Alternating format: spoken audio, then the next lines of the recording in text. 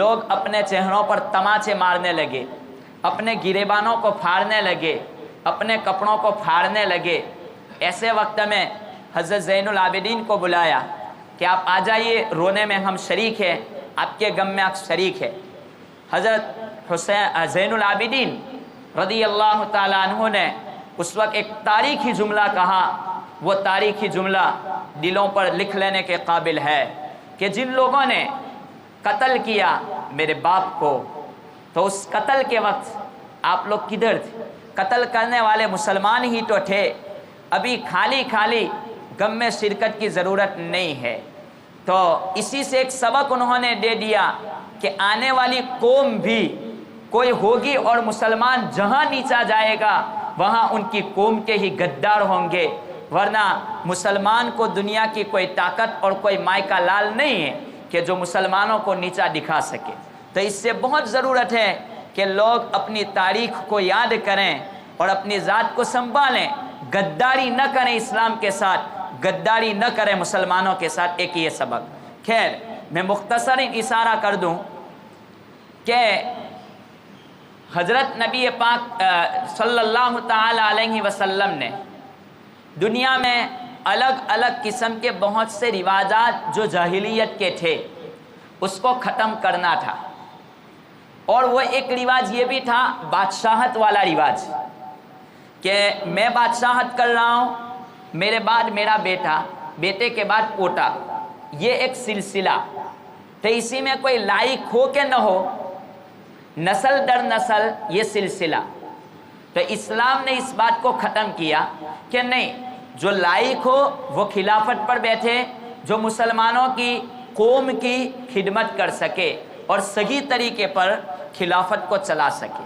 یہ ایک رواج کو جنم دیا حضرت نبی پاک صلی اللہ تعالی علیہ وسلم نے۔ جہاں بہت ساری برائیوں کا خاتمہ کیا گیا تو اس میں ایک برائی یہ بھی تھی کہ اس کا بھی خاتمہ کیا جائے تاکہ لوگ بادشاہت کے بل بوتے پر لوگوں کو ظلم نہ کریں کہ بادشاہت تو میرے گھر سے چلی آ رہی ہے، اب میں جو چاہے قانون کو نافذ کروں کوئی بول نہیں سکتا۔ اسی لیے حضرت نبی پاک صلی اللہ تعالی علیہ وسلم کے دنیا سے تشریف لے جانے کے بعد بڑے بڑے صحابہ جمع ہوئے اور حضرت ابو بکر سے یوں کہا کہ ابو بکر آپ ہمارے خلیفہ بن جائیے، ہم آپ کو متعین کرتے ہیں، آپ لائق، آپ ساتھ میں رہے۔ تو وہ بنے۔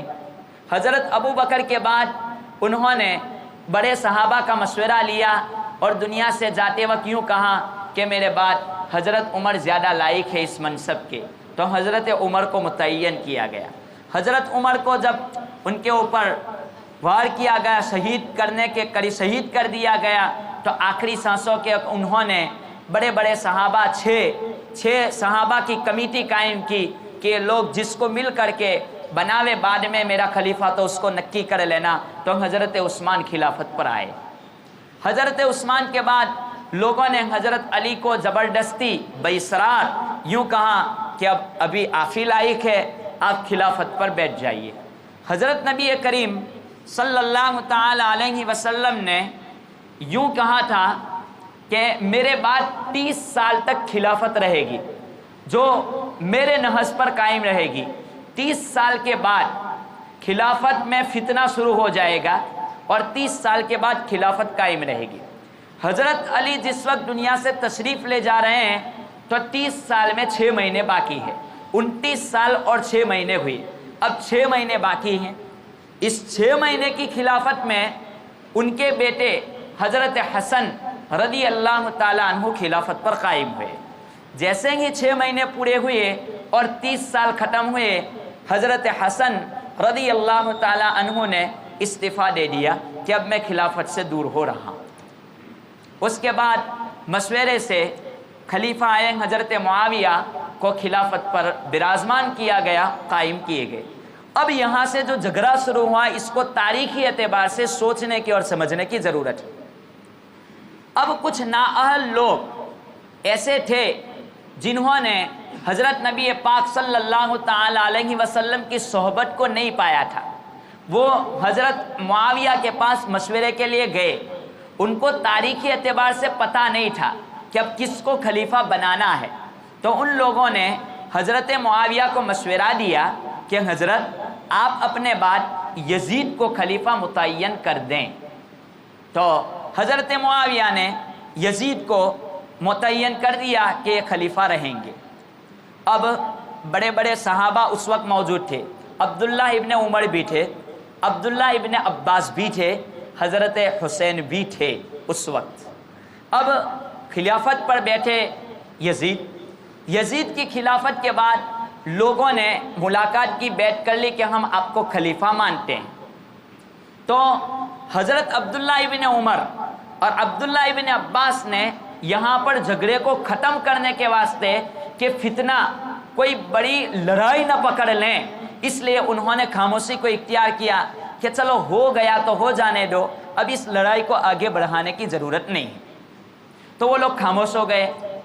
حضرت حسین رضی اللہ تعالیٰ عنہ کے دل میں دوسری بات آئی کہ نہیں، اسلام نے تو اس بات کو ختم کیا، جاہلیت کی رسم کو ختم کیا، جاہلیت کی رسم کو جگہ نہیں دینا ہے، لہذا اس کے بارے میں تو میری طرف سے ان کے خلاف ایک جنگ ہوگی کہ میں بیعت نہیں ہوں گا اور ان کے ہاتھ پر میں اپنا ہاتھ نہیں دوں گا، اور میں اس خلافت کو پسند نہیں کرتا، اس اعتبار سے کہ نسل در نسل بادشاہت کو ختم کرنا ہے، لائق ہو کہ نہ ہو ہر ایک کو نہیں بٹھا دیا جائے گا، اگرچہ وہ مسلمان ہے، یہ بات مجھے منظور نہیں ہے۔ چنانچہ بیعت لینے سے حضرت حسین رضی اللہ تعالیٰ عنہ نے انکار کر دیا کہ یہ بات مجھے منظور نہیں ہے، اور حضرت حسین رضی اللہ تعالیٰ عنہ نے آنے والی قوم کو ایک سبق دیا کہ چاہے پوری دنیا اسلام کے خلاف آ جاوے، ایمان کے خلاف باتیں کرنے لگے، ایسے وقت میں آپ کا رویہ یہ ہونا چاہیے کہ بھائی میں اپنے اسلام کا سودا نہیں کرتا، اسلام کے ایک طریقے کے خلاف اگر بات ہوگی تو میں کھڑا ہو جاؤں گا، میں اپنے آپ کی ذات کو پیش کر دوں گا، چاہے مجھے قتل کر دیا جائے۔ یہ نمونہ حضرت حسین رضی اللہ تعالیٰ عنہ نے پیش کر دیا کہ یہ تو نہیں ہو سکتا، اسلام جس کو مٹانے کے لیے آیا تھا وہ چیز تو آپ شروع کر رہے ہیں۔ یہاں سے لڑائی چالو ہوئی اور اسی کے خلاف ان کے لوگوں نے حضرت حسین کو شہید کر دیا۔ یہ ہے مختصر تاریخ اور یہ واقعہ، اور اسی کو ہم نے بہت بڑا چڑھا کر کے آگے پیچھے کر دیا۔ اس تاریخ کا بڑا لمبا واقعہ ہے، اس کو سمجھنے کی ضرورت ہے۔ تو یہاں پر بھی اس بات کو سمجھنا ہے کہ عصبیت اور نسل در نسل بادشاہت، اس کا خاتمہ اسلام نے کیا تاکہ کسی کا حق نہ مارا جائے، صحیح طرز پر اسلامی قانون نافذ ہو اور صحیح طرز پر لوگوں کی خدمت ہو سکیں، حقوق ادا ہو سکیں۔ ایسا نہیں کہ جو چیز چلی آ رہی ہے نسل در نسل اس کو چلایا جائے۔ اس کی دعوت حضرت حسین نے دی، اور حضرت حسین نے آنے والی قوم کو کہہ دیا کہ اگر تمہارے سامنے کوئی اسلام کے خلاف، حدیث کے خلاف، کوئی نماز کے خلاف، اسلامی قانون کے خلاف کوئی بات کریں تو آپ کہہ دیں کہ میں مسلمان ہوں، چاہے مجھے قتل کر دیا جائے، اس کے خلاف میں بغاوت کو برداشت نہیں کر سکتا۔ آپ اپنے اسلام کا ثبوت دیں، اپنے ایمان کا ثبوت دیں، اپنے نبی سے محبت کا ثبوت دیں۔ یہ ثبوت حضرت حسین رضی اللہ تعالیٰ عنہ نے اس ثبوت کو انجام دیا کہ اس پر قائم رہیں۔ یہ سبق تھا ہمارا، اور ہم اس سبق کو بھولتے چلے گئے اور اس سبق کو ہم نے غیروں کے طریقوں پر اپنانا شروع کر دیا۔ اس سے بہت بڑا سبق ہمیں اپنی زندگی میں لینے اور سمجھنے کی ضرورت ہے۔ اپنی پوری زندگی اس بات کو یاد رکھیں کہ اس سبق کو مد نظر رکھیں۔ آج کل دنیا میں بہت ساری چیزوں میں کمپرومائز کی دعوت دی جا رہی ہے کہ آپ سمجھوتا کر لیں، آپ مصالحت کر لیں، کمپرومائز کر لیں، مصلحت کے تحت اسلام کو باقی رکھنے دیں۔ کوئی مصلحت نہیں، اسلام یہ اللہ کا بنایا ہوا مذہب ہے۔ ان الدین عند اللہ الاسلام، اسلام کے خلاف کوئی بات نہیں، اس میں کوئی کمپرومائز نہیں ہو سکتا، کوئی سمجھوتا نہیں ہو سکتا۔ ہم اسلام کو ہی مد نظر رکھیں گے، چاہے ہمارے ٹکڑے ٹکڑے کر دیے جائے۔ رسول اکرم صلی اللہ تعالی علیہ وسلم کی یہ تعلیم امت کے نام پر ہے، اسی کو سمجھیں۔ تو سبق تو لیا نہیں، خالی ناچ گانا یاد رہا۔ جو سبق لینا تھا وہ سبق یہ تھا مجھے اور آپ کو۔ اس کی بڑی لمبی تاریخ ہے، اس میں یہ ہے۔ دوسری چیز، اگر کوئی آدمی بیمار کی خدمت کرنے کے لیے جاتا ہے تو وہ اپنے آپ کے لیے یہ کہتا ہے کہ میری نماز گئی تو کیا حرج ہے، میں تو بیمار کی خدمت کے لیے گیا تھا۔ کوئی کہتا ہے کہ میں تو جماعت کی خدمت کے لیے گیا تھا، میں تو یہ کام کے لیے گیا تھا۔ حضرت حسین نے اس بات کا ثبوت دیا کہ کوئی بھی خدمت آپ کر لیں، مجھ سے بڑی خدمت آپ کی نہیں تھی۔ مجھے تو بالکل سامنے لوگ تیار تھے مارنے کے لیے، لیکن پھر بھی میں نے اپنی نماز کو قضا نہیں کیا ہے۔ آپ اپنی نماز کو قضا نہ کرنا، اپنی نماز کو مت چھوڑنا۔ اور آج کل ہم روزی کو تلاش کرتے ہیں نماز چھوڑ کر کے۔ آج لوگ ہم گیڑوں پر فتح مانگتے ہیں نماز چھوڑ کر کے۔ جتنے لوگ دنیا میں کامیاب ہوئے اور ہو رہے ہیں، جن کی خبریں سنتے چلے جا رہے ہیں، خالص تقویٰ کی بنیاد پر، تقویٰ کی بنیاد پر، تقویٰ کی بنیاد پر، مسجدوں کو آباد کرنے کی بنیاد پر، اپنے رب کو منانے کی بنیاد پر۔ لوگ کہتے ہیں کہ مولوی صاحب اتنے سارے ظلم ہیں، پھر بھی علماء آواز کو کیوں نہیں اٹھاتے؟ پہلے اپنے نفس سے جہاد کریں، اپنے نفس کو سمجھائیں کہ تو نماز کیوں نہیں پڑھتا، تو نماز کیوں نہیں پڑھتا، تو مسلمان نہیں ہے۔ تو شریعت کے خلاف اپنا لباس کیوں نہیں پہنتا، تو مسلمان نہیں ہے۔ تو داڑھی شریعت کے مطابق کیوں نہیں رکھتا، تو اپنے بال شریعت کے مطابق کیوں نہیں رکھتا؟ پہلے اپنے نفس کے بارے میں جہاد کرو۔ تو ہجرت کا ایک مطلب یہ ہے کہ جو صحابہ نے ہجرت کی اور امت کے لیے تاریخ بنا کر کے پیش کر دیا، دوسری ہجرت حضرت نبی پاک صلی اللہ تعالی علیہ وسلم نے حکم دیا، دوسری ہجرت وہ ہے کہ آدمی اپنے نفس کے جہاد کرے۔ نہیں چاہتا ہے کہ میں دکان چھوڑ کر کے مسجد کی طرف جاؤں، پھر بھی تجھے جانا پڑے گا۔ میرا دل نہیں چاہتا، میری بیوی نہیں مانتی، پھر بھی میں اپنے چہرے کو باقی رکھوں۔ لوگ نہیں چاہتے، ماڈرن زمانہ نہیں چاہتا کہ میں شریعت کے مطابق بال رکھوں، پھر بھی میں اسلام کے طریقے پر بال رکھوں۔ ماڈرن زمانہ چاہتا ہے کہ میں اپنی پتلون ٹخنوں سے نیچے رکھوں، پھر بھی میرا اسلام کہتا ہے کہ میں اس کو اوپر رکھوں۔ یہ اصل ہجرت کا پیغام ہے، یہ حسین کا پیغام ہے، یہ صحیح رہبری اور رہبری ہے، رہنمائی ہے۔ اسی کو مد نظر رکھیں۔ اللہ تبارک و تعالی ان باتوں پر ہمیں عمل پیرا ہونے کی توفیق عطا فرمائے۔ دل سے نیت کریں کہ محرم کے مہینے میں تو یہ ہونا چاہیے کہ گزشتہ سال میرے یہ گناہ تھے، یہ گناہ تھے، یہ گناہ تھے، اب اس سال میں ہجرت کے سال میں داخل ہوا تو مجھے یہ گناہ چھوڑنا ہے، یہ چھوڑنا ہے، یہ چھوڑنا ہے۔ اس کی نیت کریں، اللہ سے دعا کریں کہ انشاءاللہ اب سے نہ نماز جائے گی، نہ اسلام کے خلاف میرا کوئی کام ہوگا۔ ہر ایک نیت کرتے ہیں۔ اللہ تبارک و تعالی ان باتوں پر ہمیں عمل پیرا ہونے کی توفیق عطا فرمائے۔ آمین وآخر دعوانا ان الحمدللہ رب العالمین۔ اتوار کی رات، پرسوں رات کو مولانا خلیل صاحب دیوا کا بیان اس مسجد میں رکھا گیا ہے عشاء کی نماز کے بعد۔ ہر ایک حضرات پہنچنے کی کوشش کریں۔